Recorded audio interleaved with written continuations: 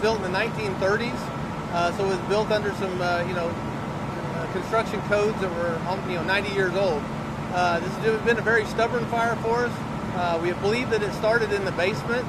This old construction has a lot of void spaces that travel between the floors, and that's been our challenge today. Is we've got a lot of fire that's traveling between the floors, between these voids, and it's just been a very, very challenging fire for us. There's a lot of debris in here, so we've had a real challenge with this one.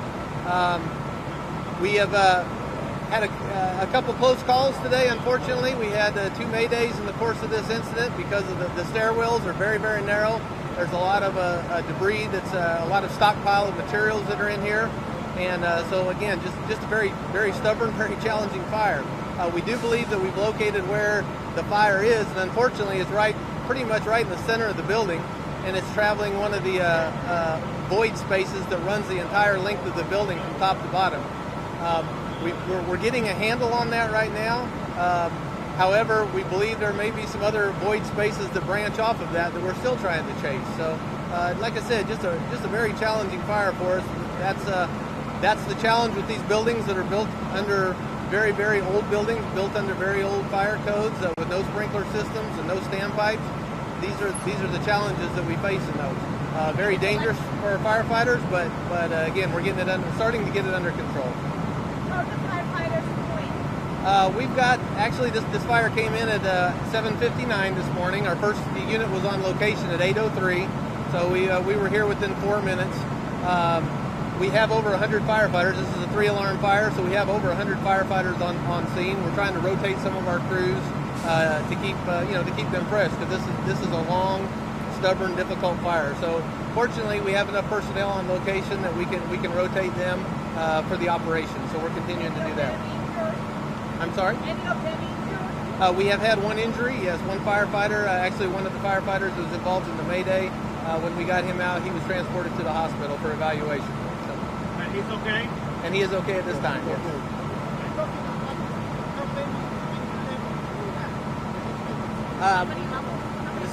Seventh floor, right? Yeah, this is seven-story building.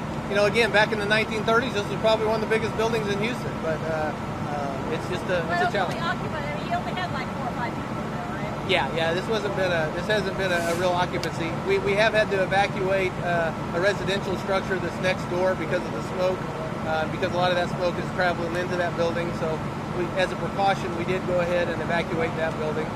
There's a church right next door that we've also evacuated. So it's under control. I mean, it takes a while, but it's under control, right? Yeah, we would call it under control. We're still obviously we're still chasing it, but it's not out of control. So yeah. And you don't anticipate the building like falling down or anything like that? No, we're monitoring very closely. Again, it's an old construction building, so that's always a concern for us.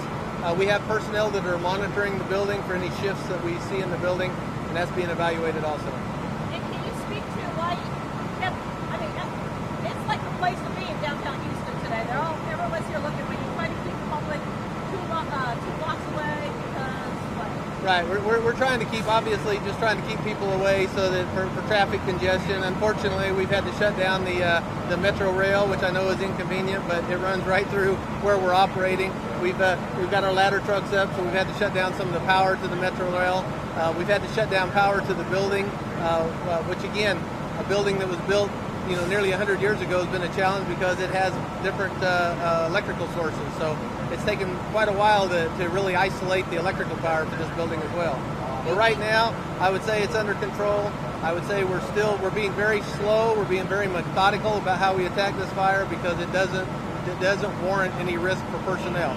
So we're just trying to be very careful about it. With these different shafts and everything, do you think that potentially y'all could be out here for the rest of the day watching this? Yeah, right now I don't anticipate us being out of here before dark for sure. When you talk about the center being the source, any idea maybe what could have caused this? No, at this point we haven't even been able to get in to evaluate what's causing it. We do think that chase that runs through the middle of the building is a mechanical chase, which is very common, especially in these older buildings. That seems to be where it's traveling. We don't know if that was the source of the actual start of the fire or not. Any concern about the chapel next door? I mean, is it damaged? Not at this point. Unfortunately, the chapel, we believe the basement is a common basement, so they're going to have some water in the basement of the chapel. We've been putting a lot of water through some of the stairwells to try and control what we could from the stairwells. There may be some water in the chapel, but other than that, no, we believe the church is okay. And there were some people that were concerned about the cars that were parked next door on the other side. Is there any concern? No. Right now that's a completely separate structure, and it's not affected at all. Okay.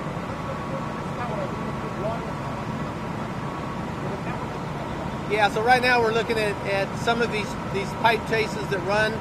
If we can get access to the top of them, we may be able to use the aerial ladders in the tower to put water in from the top. It's just finding where they're at in the building, because a lot of them have old sheetrock around them. They've been partitioned off, and so it took us a while just to identify which chase that it was in. Now we're looking at putting water on it from that direction.